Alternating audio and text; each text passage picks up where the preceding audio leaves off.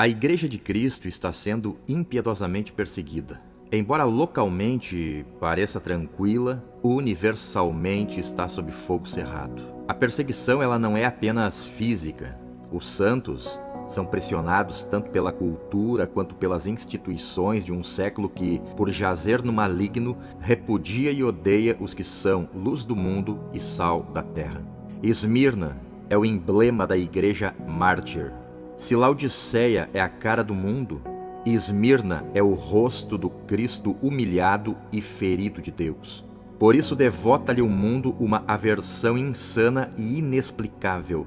Mas como calar a voz daqueles cujo sangue continua a clamar ao juiz de toda a terra? Seu testemunho não será silenciado. Haverá de erguer-se tanto dos túmulos como dos lábios que se abrem com mansidão para mostrar as razões da esperança cristã. Compartilhemos o testemunho de Esmirna, mesmo pressionada pelo inferno, soube como manter-se nas regiões celestiais em Cristo. Nada poderá calar a Igreja de Cristo, nem a própria morte. Aqui quem vos fala é o evangelista Danilo Zang e mais uma vez nós estamos aqui para compartilhar com você uma mensagem de edificação, uma reflexão, enfim, uma curiosidade à luz da Bíblia. E nesta oportunidade, dando então seguimento à nossa série As 7 cartas enviadas às 7 igrejas da Ásia, nós queremos hoje então, no segundo episódio, tecer um comentário sobre a igreja de Esmirna, uma igreja conhecida pelo seu sofrimento, pela sua perseguição, pela sua dor e mesmo assim não negou a Cristo, mesmo estando nas piores circunstâncias. Mas antes eu quero convidar a você que ainda não é inscrito em nosso canal, inscreva-se em nosso canal e ative o sininho das notificações para que você possa ser notificado quando os nossos vídeos forem lançados. Também convidamos você a compartilhar as mensagens que você ouve e também deixar o seu like, enviar uma mensagem se restou alguma dúvida para você. Compartilhe esta dúvida enviando uma mensagem ao nosso canal. Vamos então à mensagem de hoje. Apocalipse capítulo 2, versículo 8 a 11. E ao anjo da igreja que está em Esmirna, escreve: Isto diz o primeiro e o último, que foi morto e reviveu.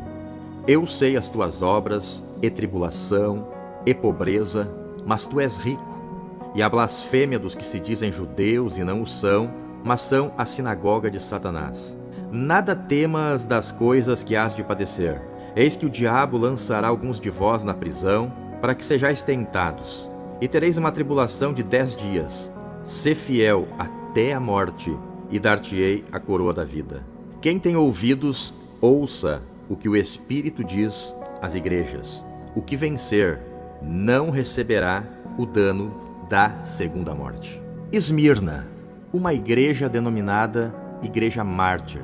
A cidade de Esmirna, apesar de inferior a Éfeso e de não possuir os atrativos de Laodiceia, ufanava-se de ser a mais importante da região. Afinal, tinha lá suas vantagens. Localizado na região sudoeste da Ásia Menor, era também afamada por seu porto e pela mirra que produzia.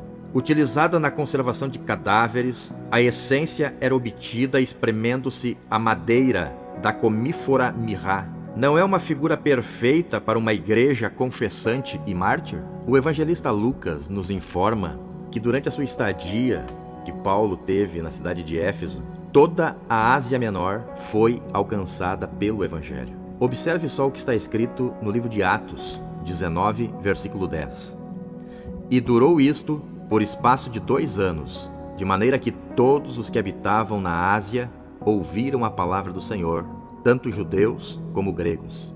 Infere-se, pois, tenha sido a igreja em Esmirna estabelecida nesse período.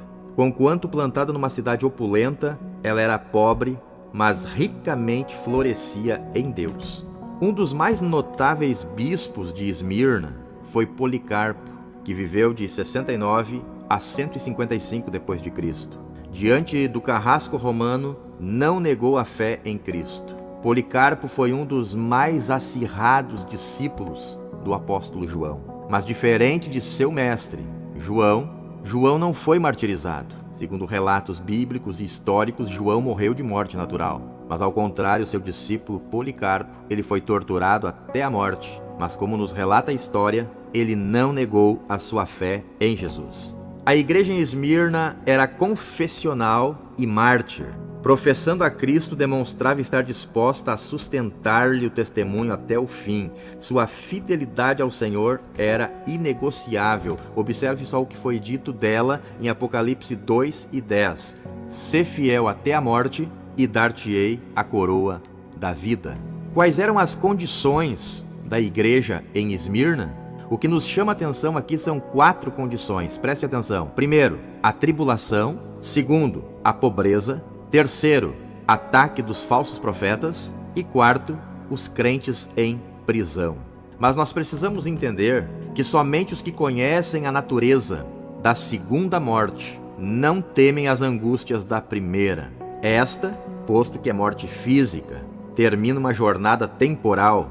Aquela, ainda que morte, não morre, inicia um suplício eterno. Eis porque Esmirna sujeitava-se à primeira, porque temia o dano da segunda. Mas a sua principal motivação não era o medo da segunda morte. A sua principal motivação, sim, era o amor que ela tinha por aquele que é a ressurreição e a vida. Oremos, pois, pela igreja perseguida e pelos mártires. As catacumbas de Roma não ficaram no passado. Num século que se diz tolerante e democrático, acham-se catacumbas e covas tanto nas metrópoles do Oriente quanto nas megalópolis do Ocidente. Se você nos acompanhou até aqui, se porventura você gostou deste relato, você gostou deste vídeo, eu quero convidá-lo mais uma vez a se inscrever no canal se ainda não é, ativar o sininho das notificações e também não deixe de compartilhar este vídeo com o maior número de pessoas, para que mais pessoas possam ter o conhecimento genuíno da Palavra de Deus.